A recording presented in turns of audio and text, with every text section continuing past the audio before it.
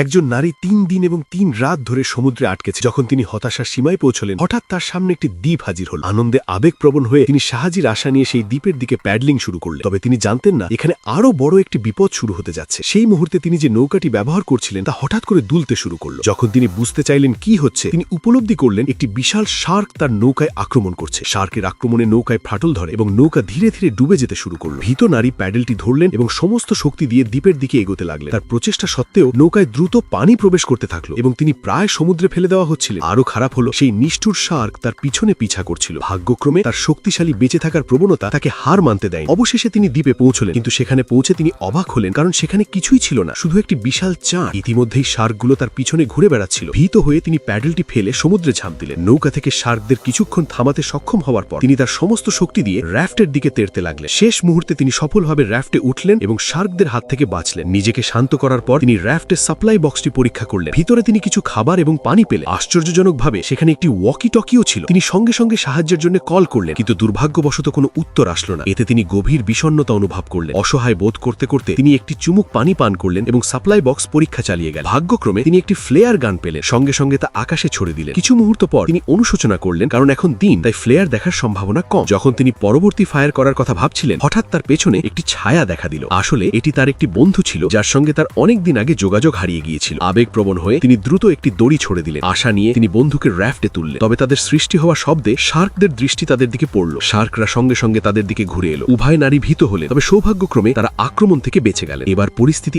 আরো জটিল হয়ে গেল। সমুদ্রে আটকে থাকা কেবল একজন নয়, দুজন হয়ে গেল। উভয় নারী তাদের পরবর্তী পদক্ষেপ নিয়ে চিন্তিত থাকাকালীন হঠাৎ ওয়াকি টকি চালু হয়ে গেল এবং একটি পুরুষের কণ্ঠ শোনালো। তিনি বোঝালেন যে তিনি তাদের জরুরি কল শুনেছেন এবং তাদের উদ্ধার করতে আসছেন। নারীরা সঙ্গে সঙ্গে স্বস্তি অনুভব করলেন এবং আশা দেখলেন। অপ্রত্যাশিতভাবে শার্ক সম্পর্কে জানতে পেরে পুরুষরা নারীদের বাঁচানোর আগে প্রথমে তাদের মোকাবিলা করার সিদ্ধান্ত নিল। নারীরা বিপদের অনুভূতি পেয়ে তাদের সতর্ক করার চেষ্টা করলেন, কিন্তু তখন অনেক দেরি হয়ে গেছে। হঠাৎ একটি বিশাল গ্রেট ফাইট শার্ক তাদের নৌকায় আঘাত করল। পুরুষদের মধ্যে একজন তার ভারসাম্য হারালেন এবং সরাসরি সমুদ্রে পড়ে গেল। তার সাথী তাকে সাহায্য করার জন্য হাত বাড়ালো, কিন্তু একটি শার্ক তার হাত কেটে ফেলে। ফলে সে তার ভারসাম্য হারায় এবং তিনিও সমুদ্রে পড়ে গেলেন। অবশেষে শার্করা উভয় পুরুষকে দ্রুত খেয়ে ফেলে এবং নারীদের একমাত্র বেঁচে থাকার সুযোগ হাতছাড়া হয়ে যায়। টিকটকে লাইক ফলোয়ার কিনতে এই নাম্বারে হোয়াটসঅ্যাপ করুন।